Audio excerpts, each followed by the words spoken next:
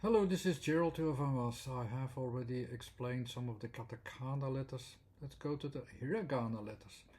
They are different, they have a different approach, they have a different usage, but you can understand them and learn to recognize them in comparison to Roman letters. Of course, I have my background for it that will make it easier to understand why we use certain vowels, certain characters.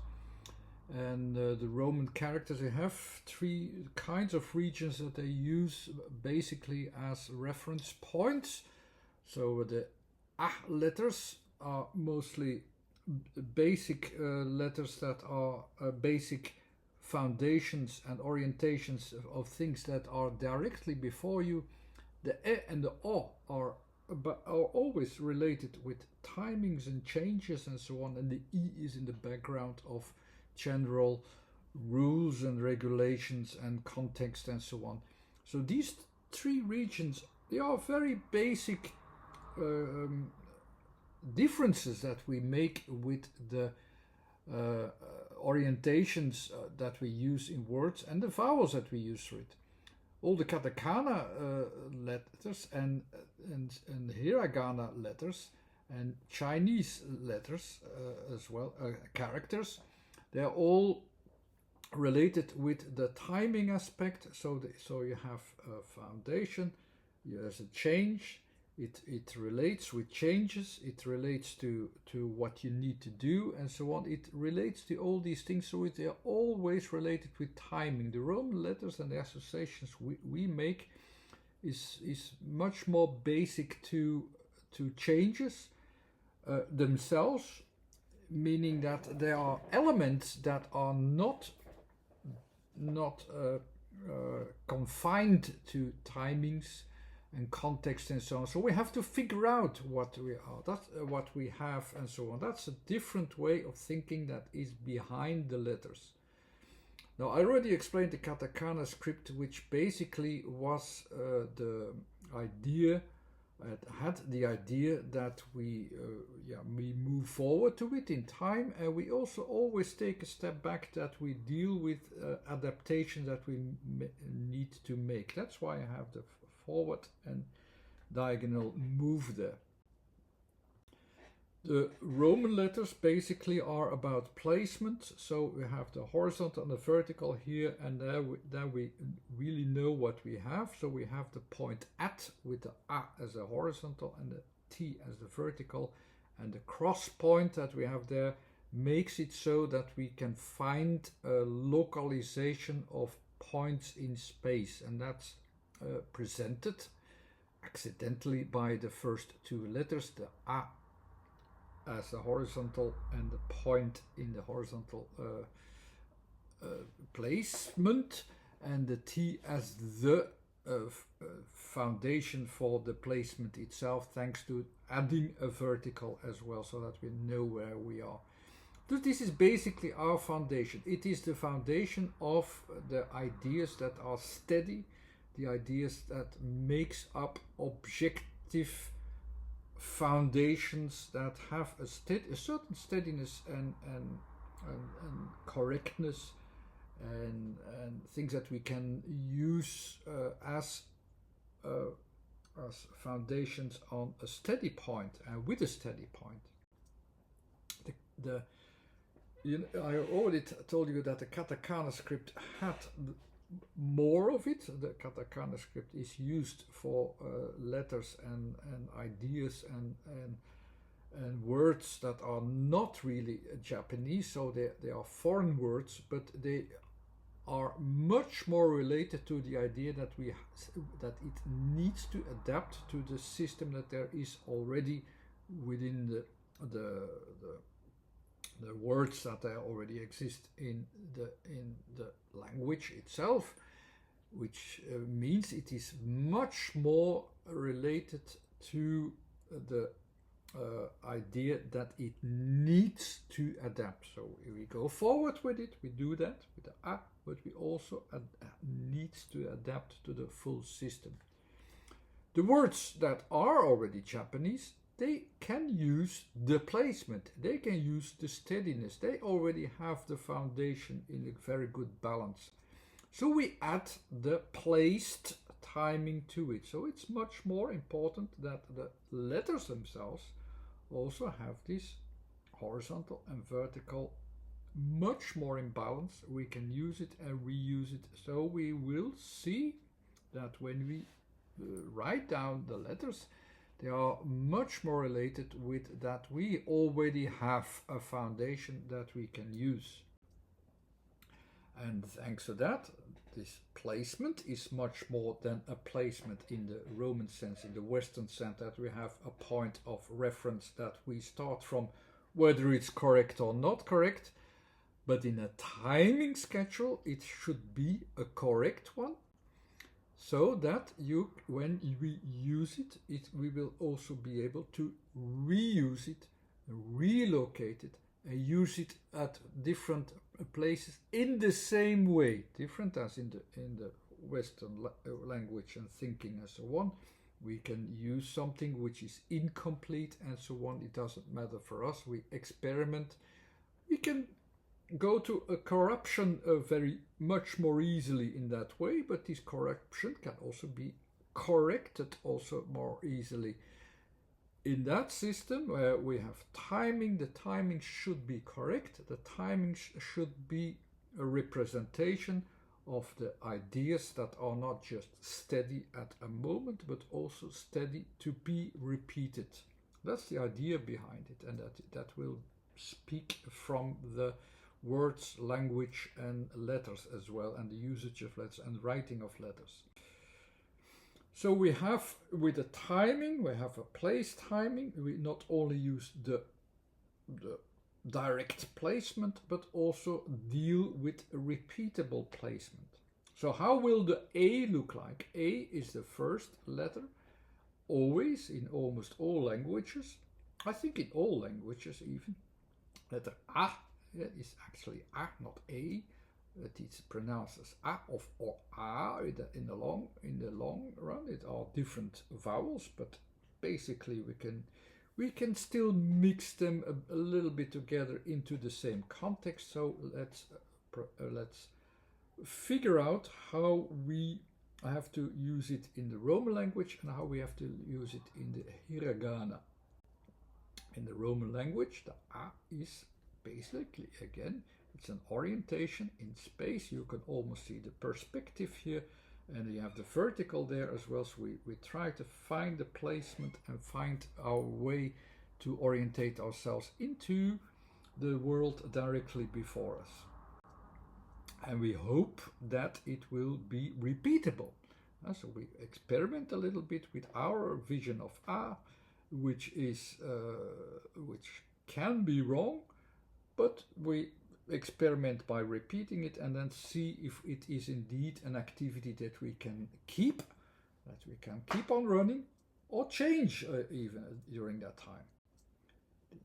Hiragana has also this steadiness, so this cross point, so it starts with a cross point, and then it also has, because it has involved timing, it's also involved in that repeatable process. So that you can recognize that kind of movement there.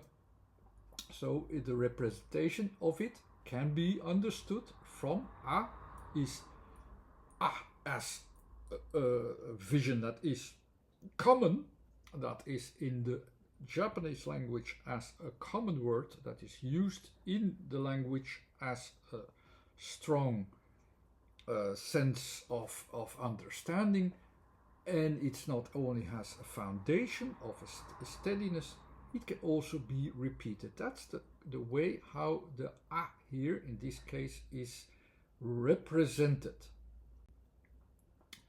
The E, what is the E? That's the next vowel. The E in the theory of the sound informed theory, it says that it is about repeatable ideas. So you have the A is also something that you can use and reuse and so on. But it's the foundation, it's the first foundation.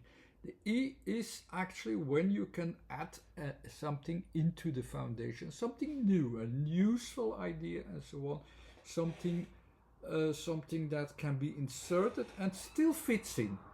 So the E is in the background. In the theory, it says it's a letter from the background, where you can insert it in any of the regions, the region of space, the region of timing, or the region of context. These three regions that you can see, the three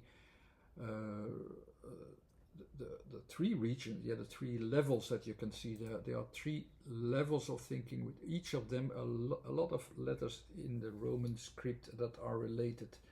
In the Pythagorean order, you can have 9 letters in space, about 10 letters, let's say, in timings, and another, yes, the same kind of places, but 7 direct letters that you can have also in that region. And the E is in that last region. And basically, if you put them into the part, the region is also always in 3 parts. Timing is in 2 parts because there's a beginning and an end. Space is in 1 part, in 1 focus. So it's when you only need 1 focus, you have a steady point. When you have a point that changes, you have not a steady point, you have 2 points because there's a beginning and an end. It is changes, you need timing.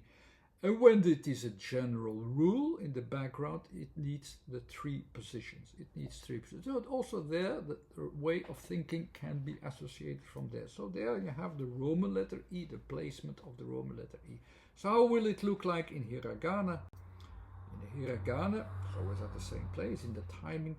It is, you can still associate the E from the insertion and the repetition. The insertion and the repetition that can be repeated from there. The U, what is the U? The U is the next vowel. The U in the Roman script is in the first category, is in space. It is about the incomplete production. So while the A is a complete foundation, a number 1, let's say, the U is not steady. There is a change, there is something we don't know, there is an unknown aspect of it, because we don't see everything. The U is that underlying true production, because the A is something that says that's what we know. There's always a part that we don't know. It's the unknown with the U.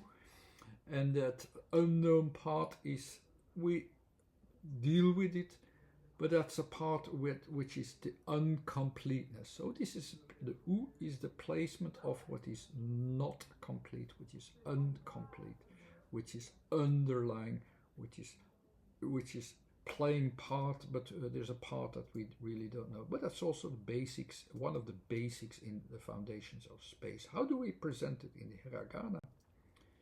Also there is that aspect contrary to the E, where things can be repeated. Here the things cannot be repeated because they are not complete.